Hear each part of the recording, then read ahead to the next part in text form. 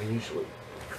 Are you ready now? Yeah, whatever. Okay. Take too long. So the 5 levels of healing ends up being the thing that I find most profound in healing is it gives a map of what's going on and what is left out of a person's program.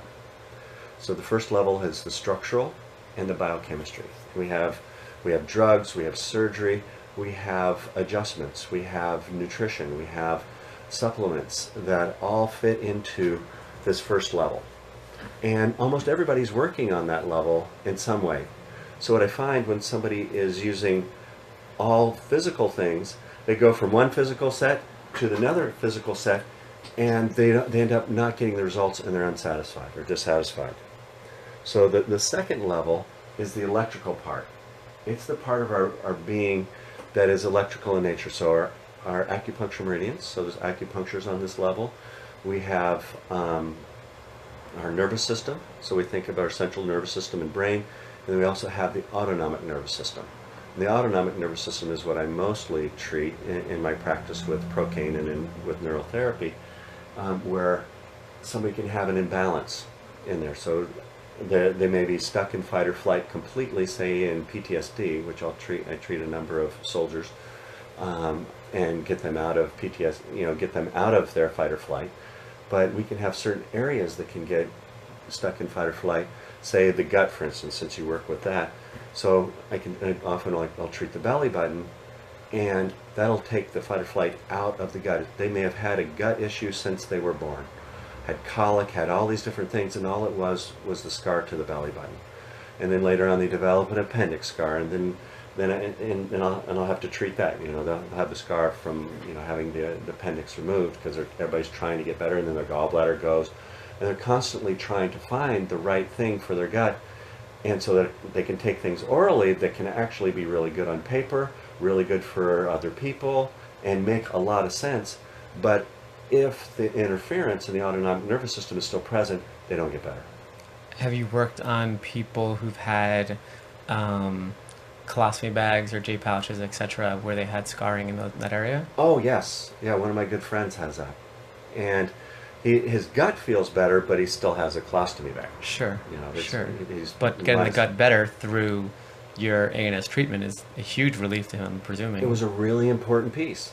He'd been already doing, obviously, many physical things and was down to okay, I have to have my colon removed to be able to get better, and that still wasn't quite done. I've had people have injured their knee, get the surgery, and the surgeon says their knee is completely fine, and I did it, and then I just treat the scars that were related to the surgery, and the pain goes away. And I've had that happen with headaches, back pain, neck pain, pain all over the body, and also weird kind of complications that people can't figure out. Nobody can figure it out. Usually it's the autonomic nervous system is malfunctioning is not the correct word, but is dysfunctional in some way. I think you mentioned when you gave me the treatment the first time, you were giving me kind of like a reboot. Giving a reboot, yeah, because we did what we call the crown of thorns, so we did it around your head, so that we can your brain was stuck in a certain way, energetically from having head injury. Could even go through the birth canal and have a problem. Oh, related to the concussion I had as a child, right? Concussion. And how quickly would that set in, the reboot, and how long typically, I guess, do they last? Oftentimes you can notice a change in the first treatment.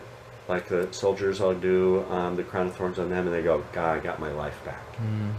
It's like because it's so stuck into the fight or flight, mm-hmm. and then it often needs to be repeated. And we find out how long a person can go, how severe the concussion was. I've worked with professional football players and their concussions and had really good results with them as well. Cool. Okay. So the next level up is the mental part of this. So the mental level is very interesting. It's composed of our beliefs, thoughts, and attitudes that we have. Interestingly, these are usually imprinted in us before age 5 or before the age of reason. And we don't even challenge these in a lot of ways. These programs run our lives. And if we have a belief that I'm I get attention, and I don't have to go to school if I get a tummy ache. Or if I tell my mommy I have a tummy ache, then we get a secondary gain. We get the benefit of not going to school, and we get the attention, and we all need attention to grow up and live. And sometimes only being sick is the only way that our parents, our family, or other people will actually pay attention to us. So it has, that's one of the ways that can happen. It's not the only way that somebody has gut issues. I mean, we can How do you work on so it's funny, last night at class, Yeah.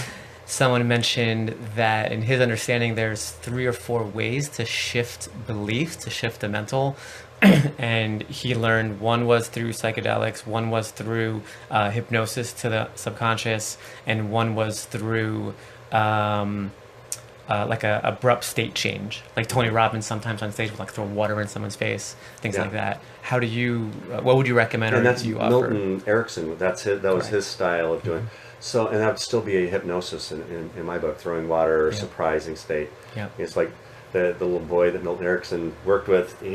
He wasn't doing things right, and his parents took him to Milton Erickson, and Milton Erickson says, "I want you to look out that window," and there's no window there. Right. The boy was, obviously in a state where he was surprised. He says, "Johnny, behave yourself," and he sends him out, and the boy works just, works just fine. Mm-hmm. So, in the same way, when somebody has a burn that's real severe, you can hypnotize them rather quickly by shouting and surprising them, and then telling them to sleep.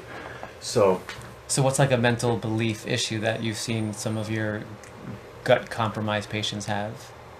So just that I need attention, and that's why I bring that up, and I try not to point a finger, because not everybody, it's not always comfortable to need to get attention or have and it's like it's a biological need. Without attention, we don't survive. So I can imagine someone hearing this thinking, but I have a real pain in my stomach. It is real.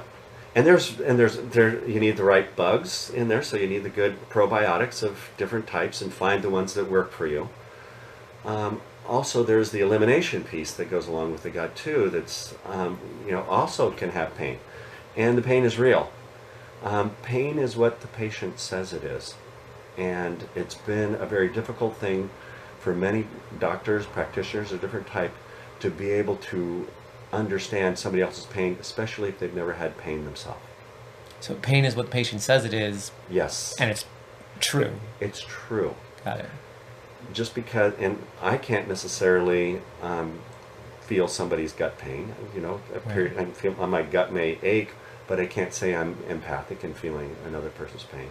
So what would you recommend for someone to take on the third level of healing at the mental level? On the third level, to go through a reprogramming.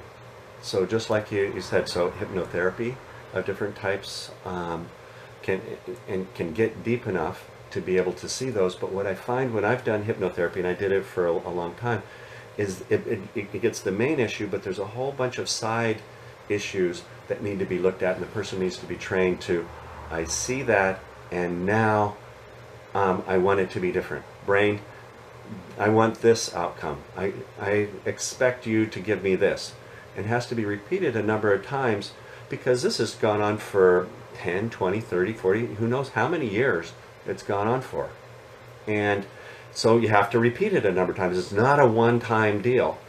Affirmations work really good. I was told by one of my teachers, 21 days, do this affirmation, everything will be better. Well, I found out at 21 days, I wasn't even close to better. And so I decided, well, I must be a hard case, and I'm just going to do it till it does get better. And it took a year. I remember walking across the street, and I was like, that's actually worked. It finally actually worked. It took a year of saying the affirmation 600 times a day, which I calculated out that every time I had a free time to think about something other than what I was working, driving, or doing something, as soon as I could go to automatic pilot, that's when I had to do my affirmation and fill my brain just with that thought. And that was actually quite successful, and has been. Got it. Yeah, we have a couple links I'll put on Yeah. below this video of people of different programs that help with the neuroplasticity and mind reprogramming. Yeah. I know only a little bit about the psychedelics, and they definitely can help with reprogramming if you have the proper set and setting. Is from Richard Alpert and Timothy. Those guys, their original work it actually helped a lot of people, but it has to have the proper set and setting. And I know a number of people are going to different, going to South America and using different medicines, and it's come back very well.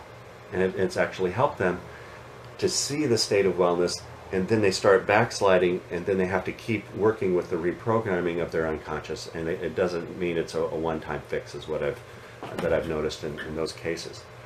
So the next level, the fifth level, is the archetypal level of our being.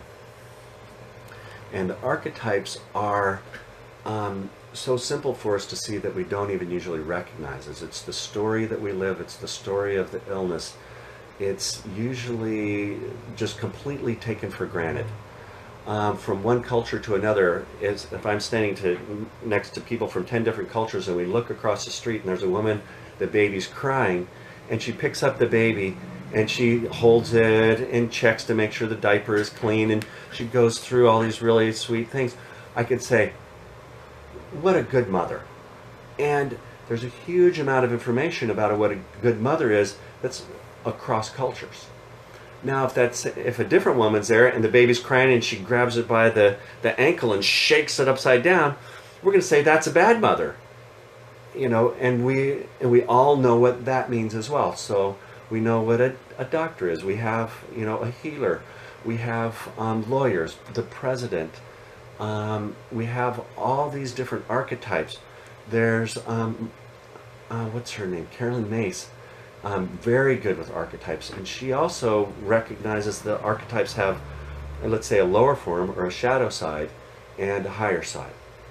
And if we can recognize it from the shadow side, we can give it light, we can give it energy, and become aware of it, and then we can pull it into the conscious part of us, and then it's no longer causing us problems. Like the victim, which a lot of people have. I think the victim, the child, the saboteur, and the prostitute are the ones that she says that we all have right now. So they all have a lower side. So if somebody is a victim, everywhere they go, they're always being victimized. If they're able to bring it out of their unconscious and bring it into the conscious, it actually protects them from being victimized. Same with the saboteur, it protects them from being sabotaged. So they actually have a value, and we can't get rid of these. They're not going to go away. So we may as well transform them. And so you've seen people who maybe have not worked on the fifth level. Fourth. That's a fourth level. I'll get to the fifth level on in the a fourth second. level, not get better with gut stuff, Crohn's, colitis, IBS, even though they're addressing the physical. Yes. And I'm going to get to how it all works together in a sec. Okay. Too long? No, we're good. I can edit stuff out. It's 12:21. Just letting you know time. We're actually going to be fine. Cool. Okay. Awesome. So that's the fourth level. So that's the fourth level. So the fifth level is a place where self-healing and the light of the divine, however a person decides that. All religions around the world talk about this, and then it's such a powerful level. Just the name that they choose for the divine being is enough to have a war for years and years and years. Yep.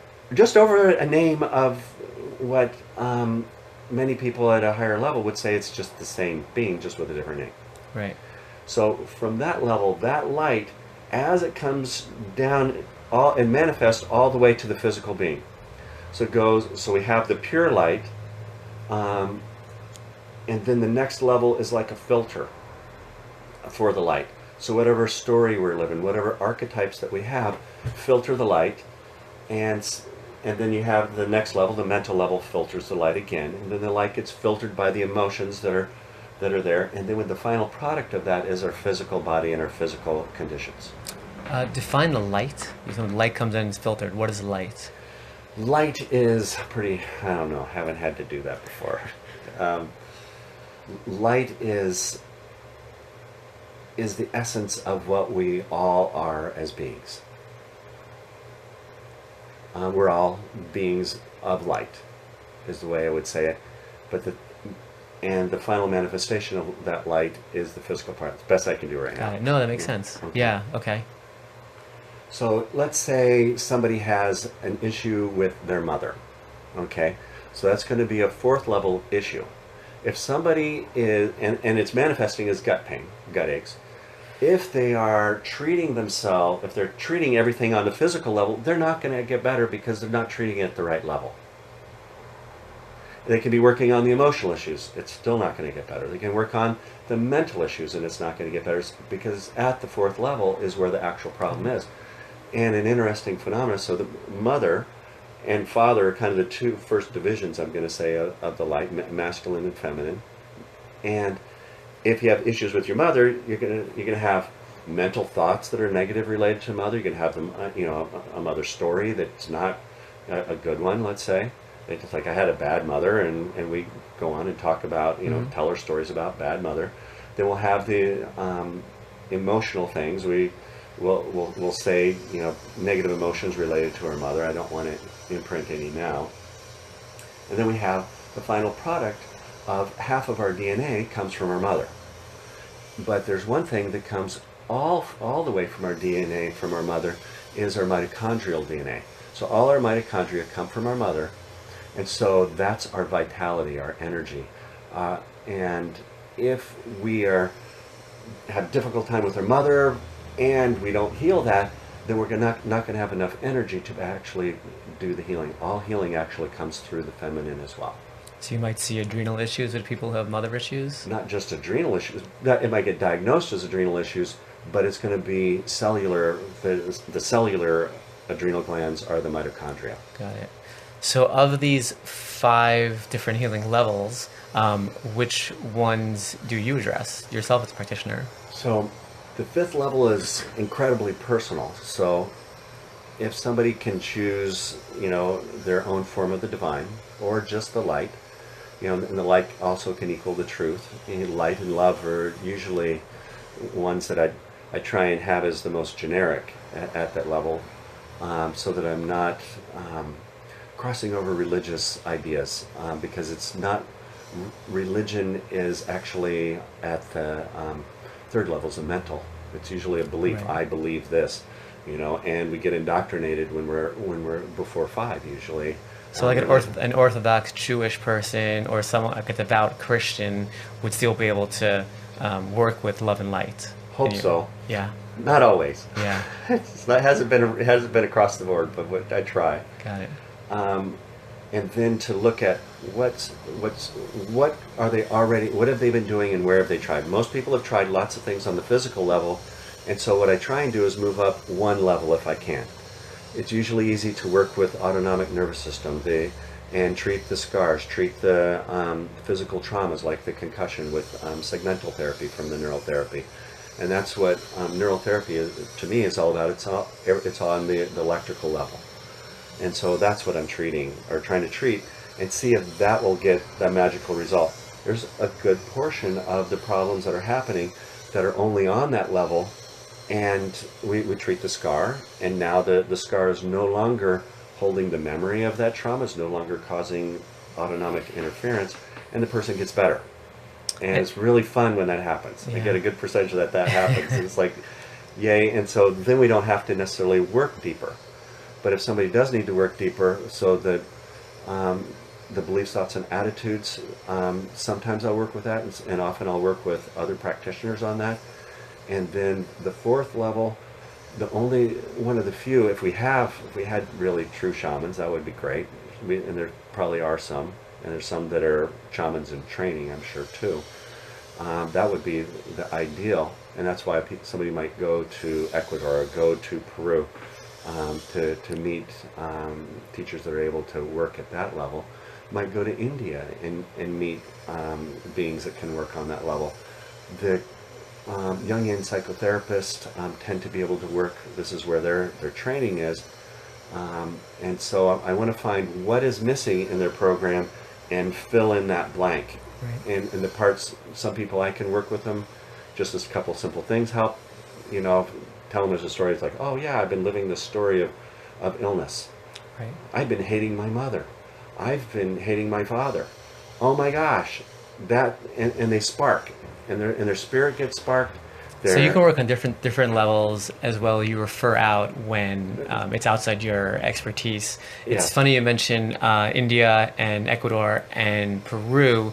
We recently had a guest blog from someone who he has, I think it's called Perigold. It's some sort of skin condition, an autoimmune skin condition. okay, And he found through 9 years of conventional alternative treatment, the only thing that worked was cortisol steroids until he went to Mexico and did 2 nights of ayahuasca in one location, 1 night of ayahuasca in another location, and it's been 4 months, and he's been off of the steroids, which is great for him because that was causing osteoporosis per his bone density yes, scan. and other problems that we Right, cause. sure. But sometimes we need something to suppress the conditions, so that we can actually do this other piece of work. Right, right. And I'm not against that when it's known what we're doing. What's appropriate You too. know, So, aside from the ANS healing that you mentioned, what other modalities do you offer your patients? So I do some hypnotherapy. Definitely what I think of as archetypal counseling, to be able to get to see the different archetypes, how they're working, so that the person has a chance to be able to work with that. Especially somebody who's done meditation, somebody who's already been doing some inner work can usually recognize that. And some people have a natural ability there, which is really nice. The higher up on the chain that we're able to work, the better. And that's where, getting a person to learn how to meditate and be able to go into the emptiness is a really important place, and be able to be the observer gives a person one of the best opportunities for self-healing.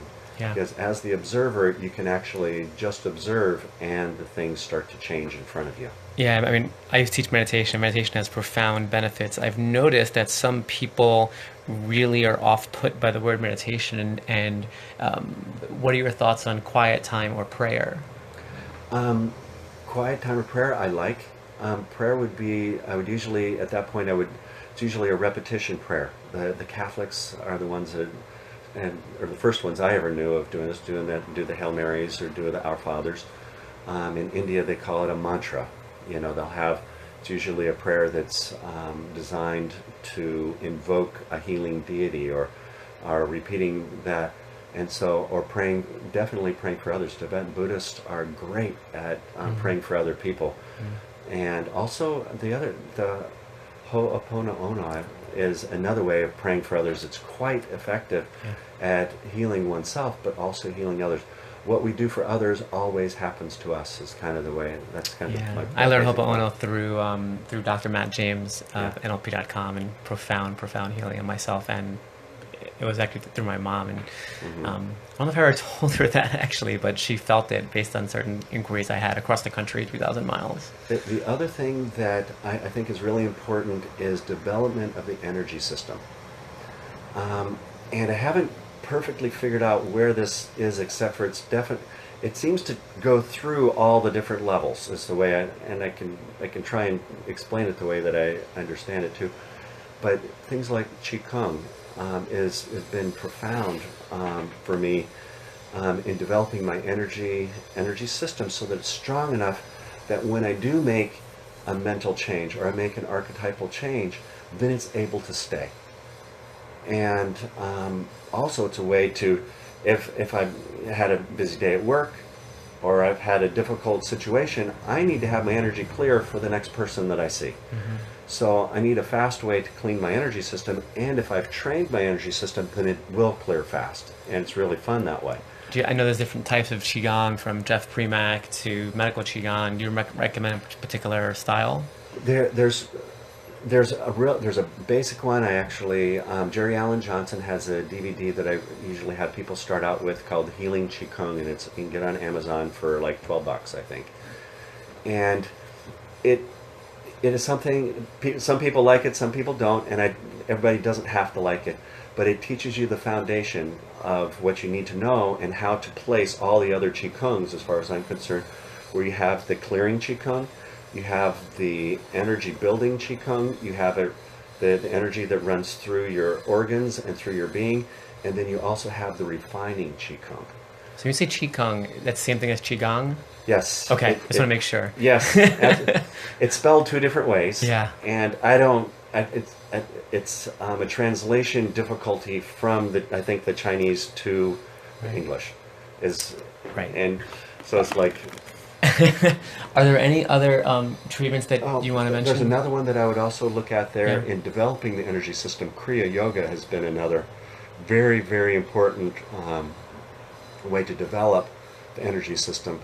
And how would you recommend someone learn more about that? So definitely find that in the United States there's kind of one set of the Kriya Yoga that comes through Yogananda.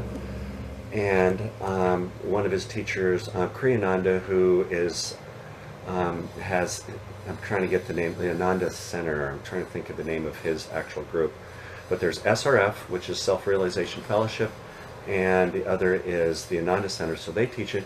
The only other one that I found, well actually there's another one, and I can't quite get his name, but the one that I went to India and got trained by Satyananda Saraswati's group on Kriya Yoga. He actually wrote a book on Kriya Yoga that's quite thick and very thick and quite profound, and that's the one that has trained my energy system the best. And like when somebody brings up something related to an energy technique, I already have most of that already developed because of the Kriya Yoga that I got initiated in. And I do recommend getting an initiation in it and getting trained by somebody that is capable of initiating you, because it ends up helping the process. And then usually it takes 3 to 6 months to actually kind of perfect it, and then you get to a place where you actually start getting better and it starts going deeper, and then you start to go deeper into practice. So development of the energy system, if you want to develop higher awareness, if you want to truly heal, or if that's the direction you have to go, like I had to go to get my own healing, then Kriya Yoga and Qigong are just daily, 3 times a day usually for me. Yeah, I mean, I know of personal stories of people using Qigong to completely heal MS and Parkinson's. Yes. And then with Kriya Yoga, a bunch of my friends have been initiated.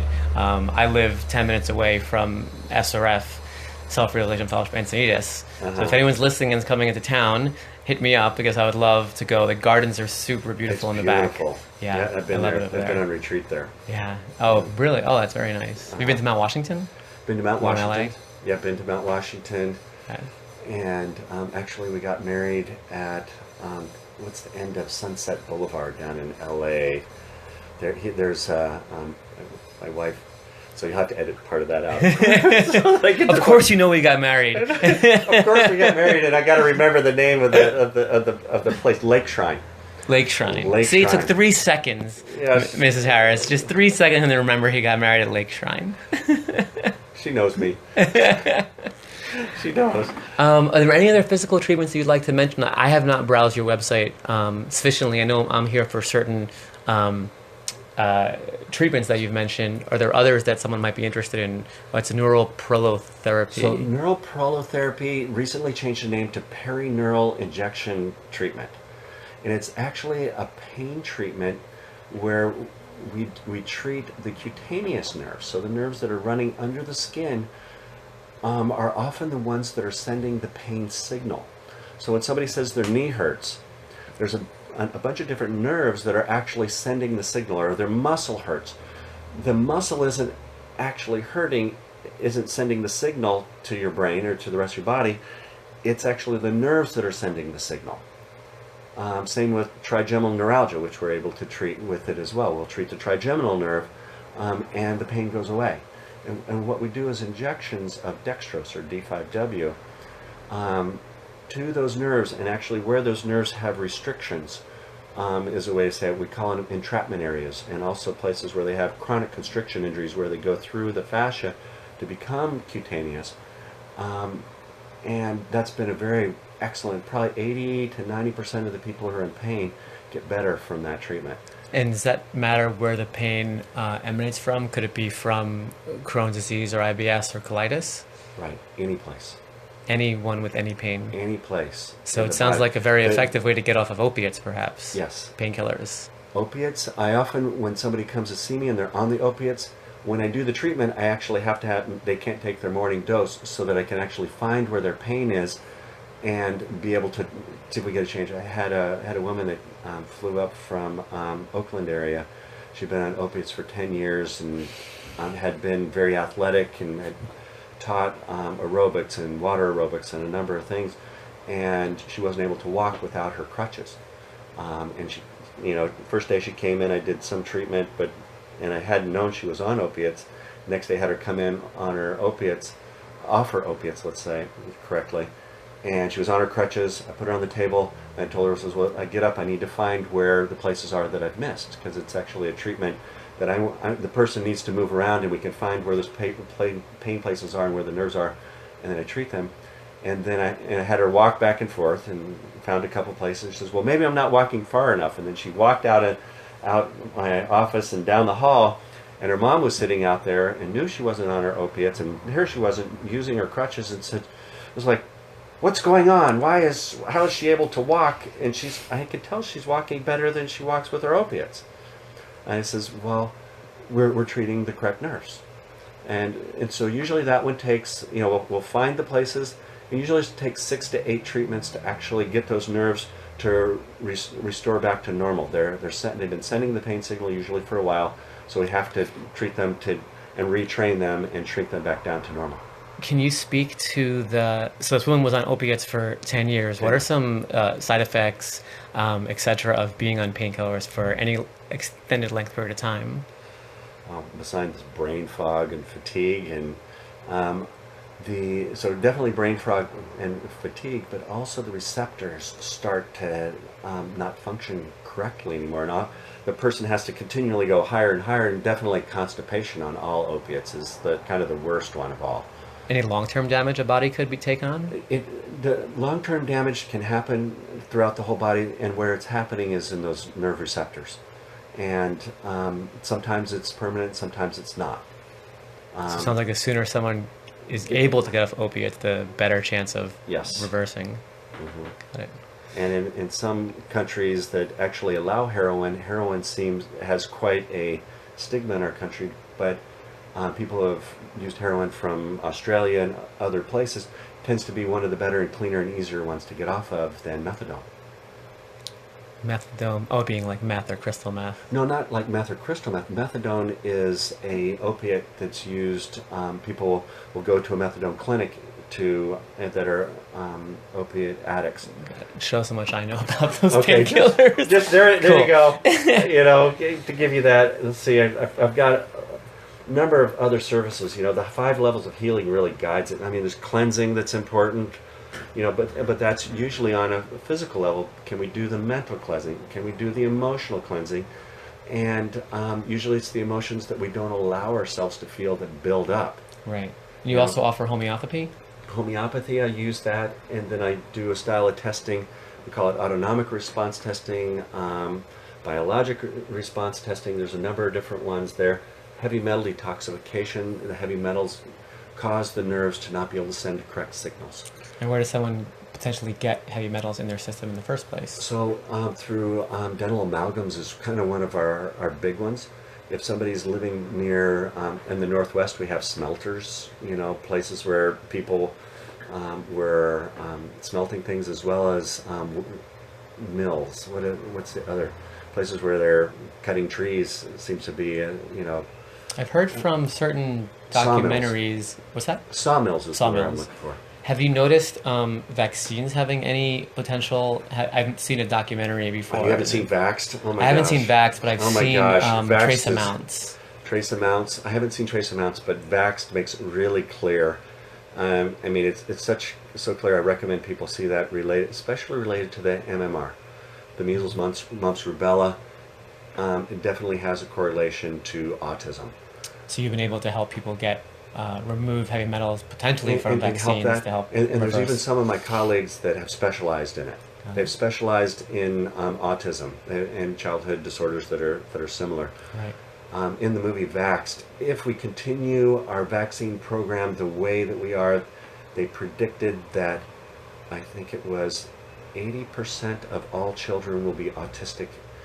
I know it's 80% of the boys and 50% of the girls. I was like, oh my gosh, that's terrible. It's astonishing. It's scary. How about what's oxygen therapy you've listed? Oxygen therapy is my way of saying that I work with different oxygen species, let's say. Okay. So ozone, okay. I'm well versed in how to do ozone therapy in lots of different ways. I've done it.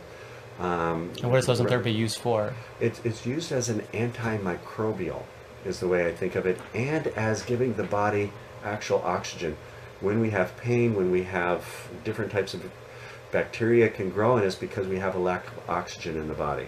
So it may be good for mycotoxins and mold toxicity? Yes, definitely can help with those, and it helps with just fungal problems, bacterial problems, parasite problems, which almost all of us have, but we don't usually start our healing journey looking at those. So nanobacteria, I was part of a study many years ago related to nanobacteria, and most people don't even know what it is. Any bony formations or kidney stones, plaques around the heart, osteophytes, or I think osteophytes and osteomites is the way I think of it, on the spine. Places where we have extra pieces of hard matter almost always are related to nanobacteria, which actually have come from vaccines as well. How do you treat that? How do you treat it? Usually there's a chelation process, and you have to kill the nanobacteria. I think of them as like coral that grows inside of our body. And so it's really kind of amazing, but it can take a good amount of time to slowly get rid of that. So I came to you with gut issues and prostatitis, frequent urination, potentially, depending on the uncle blood testing, for preclinical precancerous prostate cancer. How would you recommend treating that, or how would you look at that potential problem? So prostatitis is an infection, is the way I think of it. So one of the things is that often the first thing to do can be to clean up the diet. What are the things that a person is allergic to? And what are you might have the allergens that are the IgE mediated, which are the fast responses. Most people already know them, like they can be peanuts or strawberries or shellfish.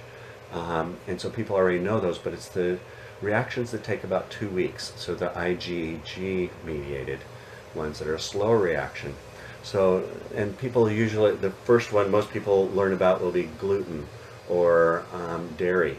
They'll know that those things start causing them problems, so a person needs to be off of those. Otherwise, they're going to continue to create too much mucus, and what that mucus does is it creates, the bacteria live in that, and they actually will help get our body to create it, and they live in colonies called biofilms. And the prostate and the discs and in our arteries and veins and stuff, we can get these biofilms that will build up that are colonies of bacteria. But the antibiotics can't penetrate through these biofilms and get to the bacteria, so we have to use proteolytic enzymes. I usually use pork pancreas is the most common one. It ends up being kind of the least expensive, but you can get a number of others, lumbrokinase, bouloki. So you have vegan and paleo options, it sounds. Yes, and there's vegetarian and Vegizyme. I actually have it here on my shelf. And the enzymes can break it down so that the antibiotics, or you can use some of the natural antibiotics. There's a number of different types, but also the ozone ends up being very valuable. Getting the body oxygenated enough ends up being a really important thing. My latest thing that I'm actually looking at is called Butenko breathing. And Dr. Butenko was a Russian doctor that kind of got marginalized and put into a respiratory ward, and he said, well, if I'm going to be here, I'm going to learn about breathing. And he noticed that the patients that lived had a certain way that they were breathing, and then he perfected that over time and realized that our CO2 levels is what he was actually finding, that people who are highly stressed, their CO2 level will actually be lower, and they'll have a lower perfusion of oxygen into their tissues due to an effect that that's called the Bohr effect. It seems like we wouldn't want to have more CO2, but we know with epilepsy, you can have a kid before he has a seizure, he can breathe in and out of a bag and increases CO2, and then it opens up or increases the perfusion in the brain, which then stops the seizure, or stops the precursor even to the seizure. And what I found in doing that is that my brain wakes up even more, and I've been using that as part of my meditation practice to breathe that way when I'm doing my Kriya Yoga, and I find that I'm having more access to places in my brain, which is what the yogis were trying to do. How do we get more access, better access to our brain? Is the Boutenko breathing as simple as differentiation between shallow breathing and deep diaphragmatic breathing, or it goes further than that? You want to get trained. Got it. You definitely want to get trained. You can read about it in a book. I did read the book, and I wasn't quite doing it right. Cool. You know, I was like, okay, there's a number of people that are trained. I'm not trained in it. Got it. I'll find a resource online, and you can find a resource online. Yeah, they have a conference that's coming up like in October in Portland even. Oh, cool. But I think it's one of the fundamental things is getting the perfusion so that the oxygen can get there. Because the oxygen is vitally important. And the bugs, I'm going to use the word microbes, bacteria, protozoa, funguses. What was the other one? You had another one you said a couple minutes ago. Mycotoxins, mold. Mycotoxins, molds. All of them alter our pH. And so does the CO2. And we can actually manage our CO2 to a correct level so that our immune system kills these things off like it's supposed to. And we can then monitor ourselves using our breath and our controlled pause is what they use that term, to be able to manage our health long before we ever get an illness. There's another part of that I wanted to say, and I'm hoping it'll come back, which is when our CO2 level gets readjusted in our brainstem due to trauma. So when a person is going through the training of the Boutenko breathing, different traumas will come up, and it's usually the time the person quits doing it. They space it out, they forget about doing the breathing, or they refuse to do it, or they say it doesn't work, and what they're coming up to is the place in their brain where the set point came from a trauma. And to define, what's your definition of trauma? Trauma could be fell off a horse, when they were a kid. I fell off the hobby horse is why that one came up. And I found that one. So physical trauma, like a concussion, it could be a physical trauma, could be a stressful thing, a loss of a parent. Could easily be one that would be a big enough thing. So the death of a loved one. Death of a loved one. Could just be I didn't get a sucker when I went to the bank, And by sucker you mean lollipop, not a punch in the kisser. Yes. Right, got it. Different places that have different words for different things, like soda pop or cola or Coke. They're all meaning the same thing, to different populations. You can actually look at those words and know where a person comes from, which is fun.